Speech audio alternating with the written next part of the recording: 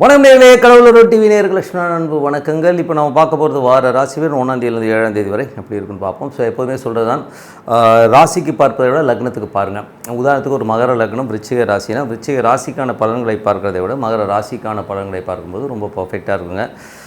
அதுக்கப்புறம் எப்போதுமே வந்து அந்த உங்களுடைய தசா புத்தி அந்தரங்கள் என்ன இருக்கோ அதை நோட் பண்ணிக்கிங்க. அதையும் மிங்கிள் பண்ணி பார்க்க ரொம்ப பர்ஃபெக்டாக இருக்குன்றது தான் உண்மையான விஷயம். அதுக்கப்புறம் இந்த வீடியோட எண்டில் டிப் ஆஃப் த வீக் இருக்குது, மறக்காமல் பாருங்கள். ஸோ ஃபஸ்ட்டு வந்து பொது பலன் வரும், அப்புறம் தசாபுத்தி பலன் வரும். என்ஜாய் பண்ணுங்கள். சிம்மராசிக்கு வந்து எப்படி இருக்கும்போது உங்களது ராசியாதிபதி சூரியன் வந்து 8ல் இருக்கும்போது கொஞ்சம் கவனமாக இருக்கணும். ஏன்னா வந்து தேவையில்லாத ஒரு டென்ஷன், பொருளாதார ரீதியில் வந்து ஏதாச்சும் ஒரு ஸ்ட்ரெஸ் வருவதற்கான வாய்ப்பு இருக்குன்னா ரொம்ப கவனமான, குடும்பம் சம்மந்தமான விஷயம், நண்பர்கள் சம்மந்தமான விஷயங்கள் ரொம்ப கவனமாக இருக்க ஒரு காலகட்டம் தான். ஸோ அதனால் கொஞ்சம் பார்த்து நடந்துங்க. மற்றபடி வந்து பார்த்திங்கன்னா 2ஆம் அதிபதியான புதன், 2-11ஆம் அதிபதியான புதன் வந்து பார்த்திங்கன்னா உங்களுக்கு வந்து ஒரு 9ல் இருக்கிறது நல்ல விஷயம்தான். ஸோ இது வந்து என்ன மாதிரி விஷயங்களை கொடுக்கணும் போது 2-11ஆம் அதிபதி 9 ரொம்ப வெளிநாடு சார்ந்த விஷயங்கள், பிரயாணங்கள், நல்ல லாபங்கள் வருவதற்கான வாய்ப்புலாம் ரொம்ப நல்லாயிருக்கு. தந்தை சார்ந்த விஷயங்கள் இதெல்லாமே வந்து ரொம்ப சிறப்பாக இருக்கும். வெளிநாடு பிரயாணங்கள் நல்ல லாபங்கள் வருவதற்கான வாய்ப்புகளும் ரொம்ப நல்லா இருக்குங்க. பட் புதன் கேதுன்னும் போதே என்ன மாதிரி விஷயங்கள் இருக்கும்போது சில நேரங்கள் வந்து அப்பாவுடைய விஷயங்களை வந்து பேசும்போது பழகும்போது சும்மா அப்பா வந்து சிடுன்னு விழுறது, சில நேரம் வந்து ஏதாச்சும் அப்பாவுடைய லிட்டிகேஷன் சம்மந்தமான விஷயங்கள், கேஸ் சம்மந்தமான விஷயங்கள் ஏதாச்சும்னா அதெல்லாம் கிளியராக வரதுக்கான வாய்ப்புலாம் ரொம்ப நல்லாயிருக்கு. ஸோ அதை நீங்கள் ட்ரை பண்ணி பார்க்கலாம். அதுக்கப்புறம் பார்க்கும்போது சிம்ம லக்னத்தில் வந்து 3ஆம் அதிபதியான சுக்கிரன். ஸோ 3-10ஆம் அதிபதி சுக்கிரன் வந்து பார்த்திங்கன்னா உங்களுக்கு வந்து 8ல் இருக்கும்போது கொஞ்சம் கவனமாக இருக்கணும். இது வந்து என்ன மாதிரி விஷயங்களும் ஏதாச்சும் வந்து கோர்ட் லிட்டிகேஷன், ஒரு வீடு சொத்துக்கள் விற்பனை, அப்ளிகேஷன்ஸ் சைன் பண்ணுறது, இந்த மாதிரி விஷயங்கள் ரொம்ப கவனமாக இருக்கணும்.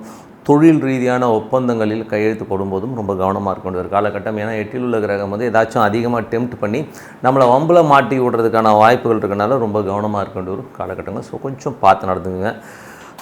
அதுக்கப்புறம் பார்க்கும்போது 4ஆம் அதிபதி, ஸோ 4 மற்றும் 9ஆம் அதிபதியான செவ்வாய் வந்து பார்த்திங்கன்னா உங்களுக்கு வந்து 7ல் இருக்கும்போது நல்ல ஏற்றங்கள், நல்ல லாபங்களையும் கொடுக்கும். தாயார் சம்மந்தமான விஷயங்கள் நல்ல ஒரு வளர்ச்சி கிடைப்பதற்கான தான் ரொம்ப நல்லாயிருக்கு. ஸோ அது ஒரு ரொம்ப சிறப்பான விஷயங்களை கண்டிப்பாக கொடுத்துருங்க. 4-9ஆம் அதிபதி வந்து பார்த்திங்கன்னா அது வந்து உங்களுக்கு 7ல் இருக்கும்போது நல்ல வளர்ச்சியை கொடுத்துரும். இதில் வந்து ஒரு பெரிய விஷயம் என்னென்னா அது வந்து 8ஆம் அதிபதியுடைய சாரத்தில் போகுது. அதனால் வந்து கொஞ்சம் சின்ன ஸ்ட்ரெஸ்ஸையும் கொடுத்துரும் கூடவே. ஏன்னா ராகு வந்து 8ல் இருக்கும்போது அந்த ஒரு சின்ன ஸ்ட்ரெஸ்ஸை கொடுக்கும். ஆனால் வளர்ச்சி இருக்குமானா கண்டிப்பாக வளர்ச்சி இருக்கிறதுக்கான வாய்ப்பு, பட் டே டு டே லைஃப்பில் சின்ன ஸ்ட்ரெஸ்ஸை கண்டிப்பாக கொடுத்துரும். அதுக்கப்புறம் 5ஆம் அதிபதியான குரு. ஸோ 5ஆம் அதிபதியான குரு வந்து பார்த்திங்கன்னா உங்களுக்கு வந்து 5-8ஆம் அதிபதி குரு வந்து உங்களுக்கு 9ல் இருக்குது. ஸோ 9ல் இருக்கும்போது என்ன மாதிரி விஷயங்களே கொடுக்கும் அப்படிங்கும்போது குழந்தைகள் விஷயங்கள் வந்து சின்னதாக ஒரு ஸ்ட்ரெஸ் வரலாம். தந்தை சார்ந்த விஷயங்கள் ஒரு சின்ன ஸ்ட்ரெஸ் வர்றதுக்கான வாய்ப்புலாம் நிறைய இருக்குது. ஸோ அதனால் கொஞ்சம் கவனமாக இருங்க. பட் ஆனால் பெருசாக பாதிக்காது. ஏன்னா குரு வந்து சுக்கிரனுடைய சாரத்தில் போகும்போது சுக்கிரன் வந்து 7ல் இருக்கும்போது நல்ல ஏற்றங்களை கொடுப்பாங்க. சுக்கிரன் வந்து இப்போ வந்து மீனத்தில் வந்து 8ல் தான் போகிறார். ஸோ கொஞ்சம் ஜாகிரதையாக தான் இருக்கணும். குழந்தைகள் விஷயங்களாக இருந்தாலும் சரி, அப்பா சம்மந்தமான விஷயங்கள், வெளிநாட்டில் இருக்கணும், கொஞ்சம் ஸ்ட்ரெஸ் இருக்கிறதுக்கான வாய்ப்புலாம் ரொம்ப கவனமாக இருக்கணும்.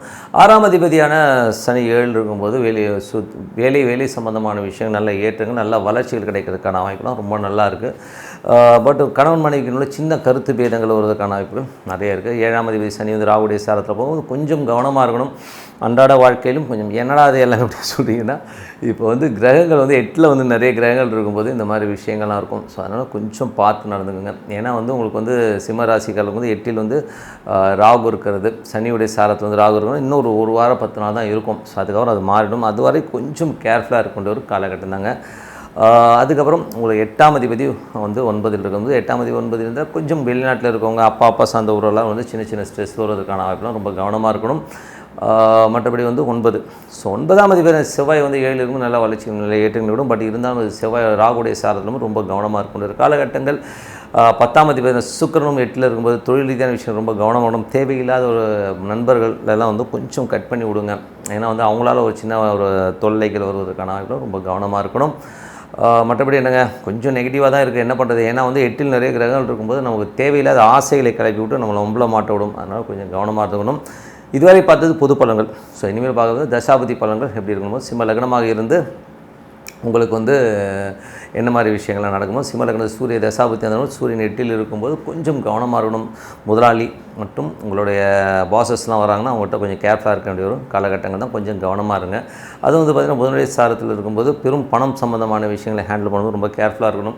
நண்பர்கள் விஷயங்களையும் ரொம்ப கவனமாக இருக்கணும். குடும்பத்தில் வந்து தேவையில்லாத வம்பு வழக்குகள் வாக்குவாதங்களை தவிர்ப்பது ரொம்ப ரொம்ப நல்லதுங்க.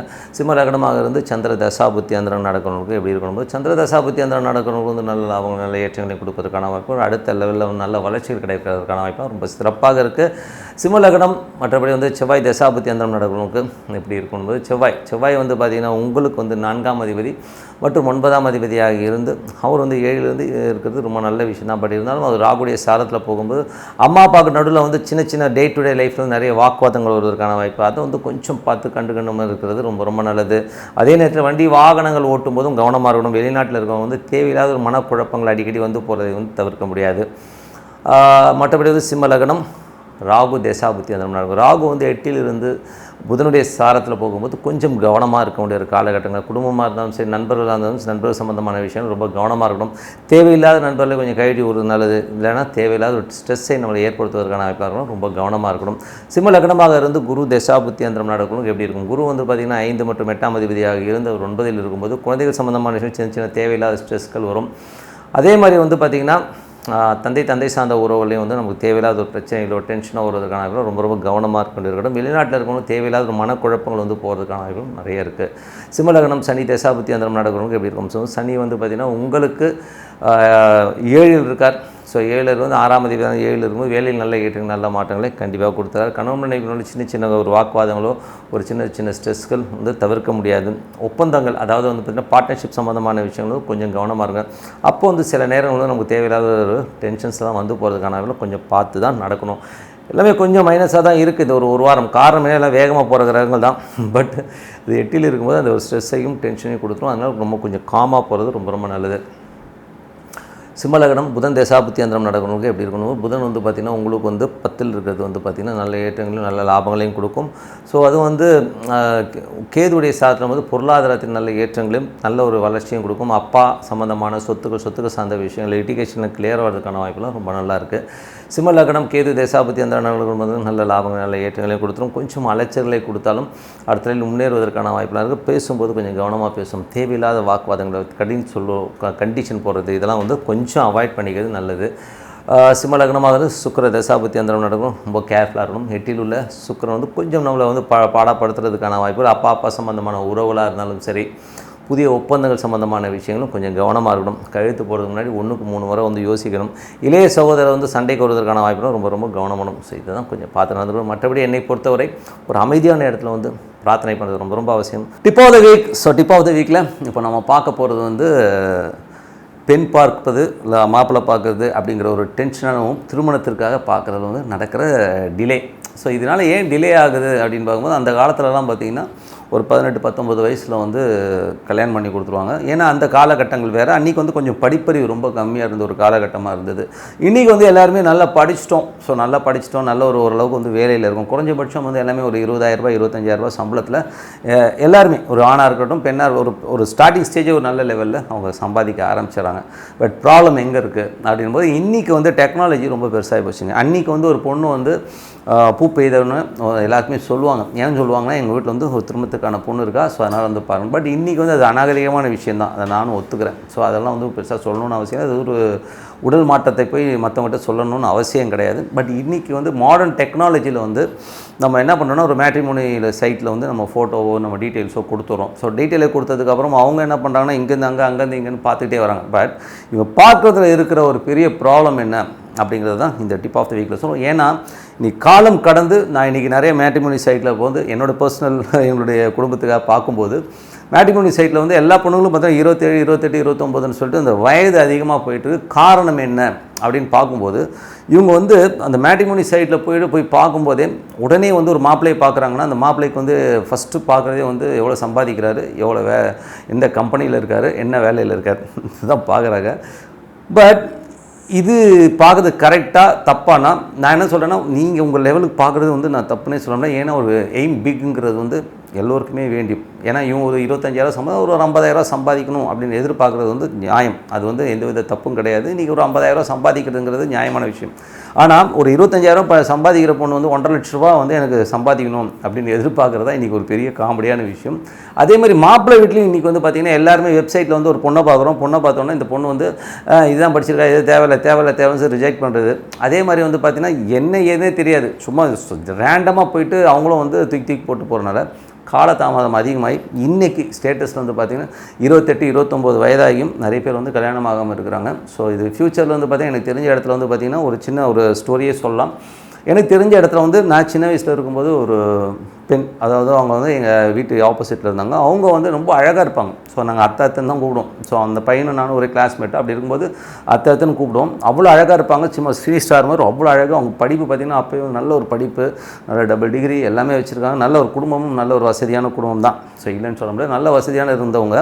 அவ்வளோ அழகும் படிப்பறிவும் நல்ல வசதியும் இருந்தவங்களுக்கு வந்து மாப்பிள்ளை பார்க்க வரும்போதெல்லாம் இவங்க என்ன சொல்லுவாங்கன்னா, இவனுக்கு மூக்கு சரியில்லை, வாய் சரியில்லை, எது சரியில்லைன்னு சொல்லுவாங்க. வந்தவங்கலாம் பார்த்திங்கன்னா ஏர்ஃபோர்ஸ் இந்த மாதிரி பெரிய பெரிய இன்ஜினியர்ஸு, பெரிய பெரிய ஆட்கள்லாம் வந்தும் அவங்க தட்டி கழிச்சிட்டே போனாங்க. ஆனால் அதுக்கப்புறம் காலங்கள் போக நாங்கள் வேறு இடத்துல ஸ்கேட்டர் ஆகிட்டோம். ஸோ வேறு இடங்களில் போய் ஒரு காலகட்டத்தில் வந்து அந்த பொண்ணோட அண்ணனை நான் மீட் பண்ணும்போது அவர் சொன்னார், என்னப்பா அவங்க கல்யாணம் ஆச்சுப்பா, இப்போ தான் ஆச்சுப்பா. நாங்கள் ஏன்னா எத்தனை வயசு தெரியுங்களா, 50 வயசில் கல்யாணம் ஆச்சு, அது மலேசியாவில் ஆச்சு. யோசிச்சு பாருங்கள், அது கல்யாணமாக 50 வயசுக்கு மேலேன்றது வந்து ஒரு பெரிய கொஸ்டின் மார்க். இதுக்கப்புறம் அவங்க என்ன குழந்தை பிறந்து என்ன ஆகுது. ஸோ முதல்ல வந்து காலத்தை செய்கிறத வந்து எல்லோருமே எடுத்துக்கணும். அது ஆணாக இருந்தாலும் சரி பெண்ணாக. ஏன்னா வந்து ஆண்கள்லேயும் வந்து பார்த்திங்கன்னா நான் செட்டில் ஆகி தான் கல்யாணம் பண்ணுவேன், 35 வயசு ஆனால் தான் கல்யாணம் பண்ணுவேன், அதுவரை எனக்கு கார் வேணும், பங்களா வேணும்னு சொல்லிட்டு அடம் பிடிக்கிற ஆம்பளைங்களும் இருக்காங்க.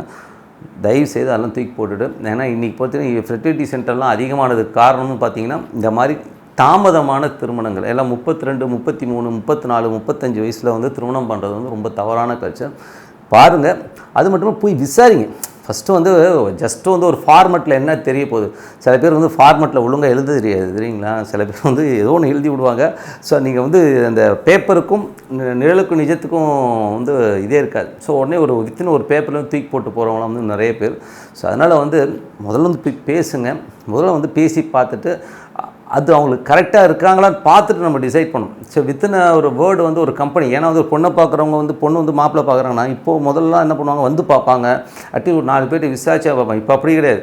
ஒரு பேப்பரில் இந்த கம்பெனிலாம் தேராத கம்பெனி போ அப்படின்னு சொல்லி. இப்போ யாருக்கு தான் நிரந்தர வேலை இருக்குது? எத்தனை பேர் 2 லட்சம் 1,50,000 லட்சம் வாங்கினவங்களும் அது இன்றைக்கி வந்து வீட்டில் சும்மா உட்காந்துருக்கிற ஆள்லாம் இருக்காங்க.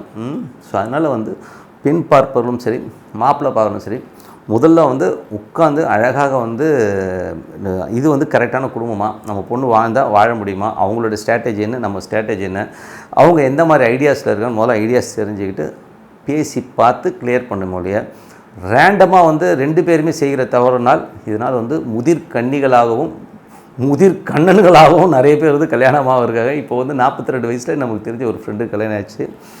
என்னோட ஃப்ரெண்டி என்னோடய பழைய நண்பர் தான். ஸோ அவங்களுக்கும் வந்து பார்த்திங்கன்னா ஒரு 41 அவங்க லேடி. ஸோ அவங்களுக்கும் வந்து இப்போ தான் கல்யாணம் ஆச்சு. காரணம்னா அந்த எக்ஸ்பெக்டேஷன் லெவல். ஸோ அதனால் முதல்ல வந்து உடனடியாக வந்து காலத்தை செய்யுங்கிறத வந்து மைண்டில் வச்சுக்கோங்க. என்ன சும்மா தேவையில்லாத போட்டது இருக்கிறது. அதே மாதிரி வந்து பிரார்த்தனை. இன்றைக்கி வந்து பிரார்த்தனையோ நம்பிக்கையோ இல்லாமல் ஏதோ ஒரு கமர்ஷியலாக போயிட்டுருக்கீங்க. கமர்ஷியலாக போகாது. முதல்ல வந்து ஃபேமிலி வேல்யூஸ் கொடுங்க. ஃபேமிலி நல்லா இருக்காங்க, இப்போ இது பையன் நல்ல பையனான்னு பாருங்கள். ஸோ பொண்ணு நல்ல பொண்ணாக பாருங்கள். ஸோ அவங்க கல்ச்சருக்கும் நம்ம கல்ச்சருக்கும் ஒத்து போதான்னு பாருங்கள். ஸோ இதெல்லாம் பார்த்து டிசைட் பண்ணுங்கள். ஜஸ்ட் ஒரு பேப்பர் மேட்ரிமோனி சைட்டை வச்சுட்டு மட்டும் டிசைட் பண்ணாதீங்கன்னு சொல்லிட்டு உங்களிடம் விடைபெறுவது உங்கள் லட்சுமி நாராயண். நன்றி, வணக்கம். கடவுள் அருள் டிவியை பார்த்தமைக்க நன்றிகள். மேலும் இது போன்ற தகவல்களை தெரிந்து கொள்ள கடவுள் அருள் டிவியை சப்ஸ்கிரைப் செய்யுங்கள். மறக்காமல் பெல் ஐக்கானை கிளிக் செய்யுங்கள்.